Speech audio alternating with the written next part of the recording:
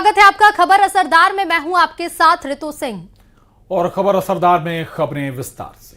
और सबसे पहले दिल्ली आबकारी केस से जुड़ी एक बड़ी खबर आपको बता दें। सुनवाई से जस्टिस स्वर्णकांता अलग हो गई हैं। जस्टिस स्वर्णकांता ने शुरू की अवमानना की कार्रवाई। केजरीवाल पर आपराधिक मानहानि का केस चलेगा, दूसरी बेंच सुनवाई करेगी। तो ये इस वक्त की बड़ी खबर है दिल्ली से। दिल्ली आबकारी केस से जुड़ी ये बड़ी खबर। सुनवाई से अब जस्टिस स्वर्णकांता अलग हो गई हैं। और बता दें अब आपको कि जस्टिस स्वर्णकांता ने अवमानना की कार्रवाई शुरू की है। आज कई बड़ी बातें जस्टिस स्वर्णकांता ने कही। अब केजरीवाल पर आपराधिक मानहानि का केस चलेगा और क्योंकि जस्टिस स्वर्णकांता इस पूरी सुनवाई से अलग हो गई है तो अब दूसरी बेंच मामले की सुनवाई करेगी। तो ये बड़ी खबर है, परेशानी बढ़ सकती है ऐसे में अरविंद केजरीवाल की, चूंकि केजरीवाल पर आपराधिक मानहानि का केस अब चलेगा। स्वर्णकांता, जस्टिस स्वर्णकांता सुनवाई से अलग हो गई हैं। एक बार फिर बता दें आपको पूरी खबर। दिल्ली आबकारी केस से जुड़ा ये मामला है। और बता दें आपको कि क्योंकि बड़ा झटका आज केजरीवाल समेत आम आदमी पार्टी को लगा है, कई बड़ी बातें भी आज जस्टिस स्वर्णकांता ने कही और इस सुनवाई से जस्टिस स्वर्णकांता अब अलग हो गई हैं और अब दूसरी बेंच इस मामले की सुनवाई करेगी। और अब बात राहुल गांधी की, जो एक बार फिर से बीजेपी के निशाने पर हैं। बीजेपी ने राहुल की विदेश यात्राओं का एक ब्यौरा पेश किया, साथ ही उन पर कई गंभीर आरोप भी लगाए। विदेश यात्राओं को लेकर संबित पात्रा ने दावा किया कि राहुल गांधी ने पिछले 22 साल में 54 विदेश यात्राएं की हैं। और इन यात्राओं का खर्च किसने उठाया, किसने इन यात्राओं की फंडिंग की, राहुल फंडिंग का सोर्स बताएं। उधर कांग्रेस ने बीजेपी के आरोपों को निराधार बताया है।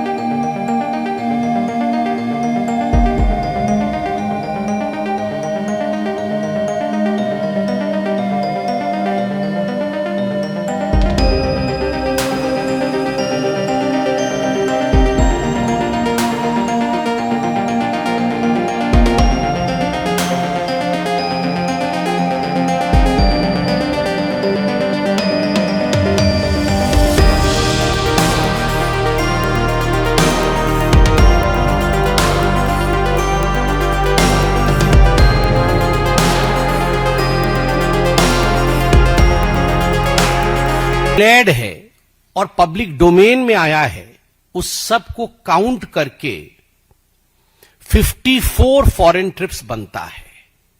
22 वर्षों में पब्लिक लाइफ में रहते हुए 54 टाइम्स राहुल गांधी जी विदेश यात्रा पे गए, जिसमें कौन कौन से देश हैं? इटली है, यूनाइटेड किंगडम है, यूनाइटेड स्टेट्स है, जर्मनी है, वियतनाम है, कंबोडिया है, सिंगापुर है, बहरीन है, मालदीव्स है, कतर है, यूनाइटेड अरब एमिरेट्स है।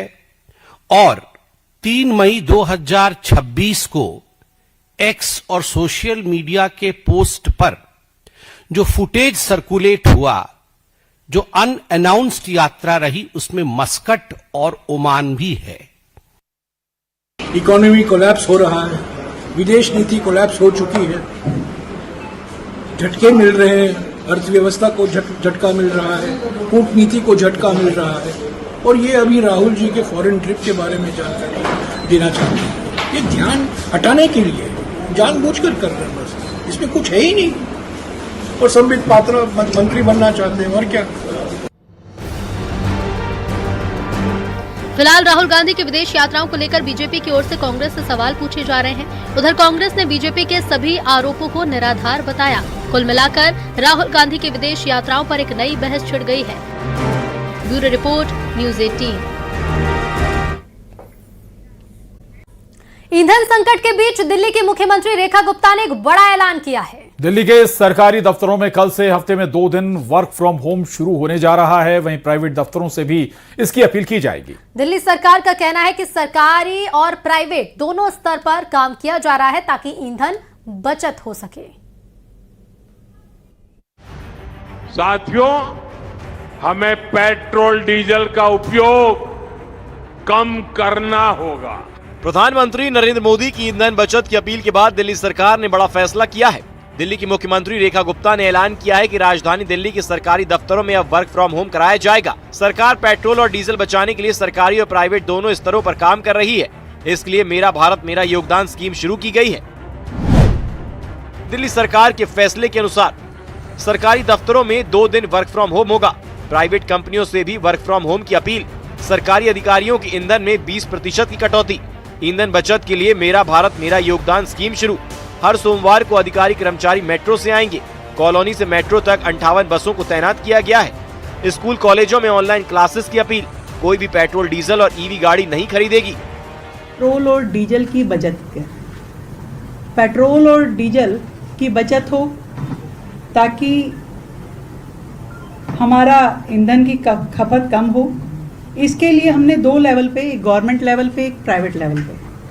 गवर्नमेंट लेवल पे दिल्ली सरकार में 2 दिन हर हफ्ते वर्क फ्रॉम होम रहेगा। 2 दिन हर हफ्ते वर्क फ्रॉम होम रहेगा। और इसी तरीके से प्राइवेट सेक्टर्स में भी हर एक कंपनी, इंस्टीट्यूशन, उनको कहा जाएगा कि वर्क फ्रॉम होम करें 2 दिन के लिए। ये एडवाइजरी होगी और लेबर विभाग हमारा इसकी निगरानी करेगा। यही नहीं, दिल्ली सरकार के मंत्री या अधिकारी की आधिकारिक विदेश यात्रा नहीं होगी। दिल्ली सरकार 100% भारत में बने प्रोडक्ट का ही उपयोग करेगी। सरकार लोगों को बचत करने के लिए शपथ दिलाएगी। और सीएम रेखा गुप्ता ने इस कैंपेन में दिल्ली के हर नागरिक से जुड़ने की अपील भी की है। Bureau report, news 18। NEET paper leak मामले में मनी ट्रेल का बड़ा खुलासा हुआ है। सीबीआई ने शुरुआती जांच में पाया कि नीट का एक पेपर 10 से 15 लाख रुपए में बिका। खुद आरोपी का बेटा भी इसमें नीट पेपर का अभ्यर्थी था और मनी ट्रेल में शामिल भी था। ये सीबीआई ने अब तक 6 मुख्य आरोपियों को गिरफ्तार कर लिया है। अलग अलग राज्यों की पुलिस ने 45 से ज्यादा लोगों को हिरासत में भी लिया है। ये रिपोर्ट देखिए।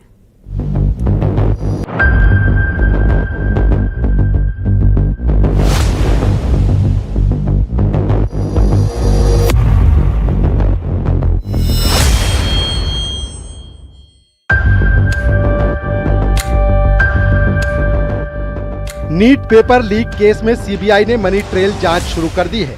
अभी तक की जांच में कई बड़े खुलासे हुए हैं। आरोपियों और अभ्यर्थियों के बीच 10 लाख रुपए की मनी ट्रेल का खुलासा हुआ है। आरोपियों ने छात्रों को दावा किया था कि असली परीक्षा के 180 में से करीब 150 सवाल उनके दिए मॉक पेपर से मैच करेंगे।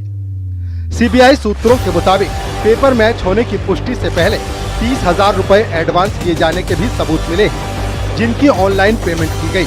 दिनेश का बेटा, जो खुद नीट अभ्यर्थी है, कथित तौर पर पहले से पेपर आने की जानकारी रखता था। सूत्रों के मुताबिक दिनेश के बेटे ने संभावित लाभार्थियों को जोड़ने और पैसे रिकवर करने के लिए व्हाट्सएप ग्रुप बनाया था। राजस्थान से गिरफ्तार नीट केस में आरोपी मांगीलाल और दिनेश बिमवाल की नई तस्वीर सामने आई है। इस तस्वीर में मांगीलाल और उसका भाई दिनेश बिमवाल राजस्थान के शिक्षा मंत्री मदन दिलावर के साथ नजर आ रहे हैं।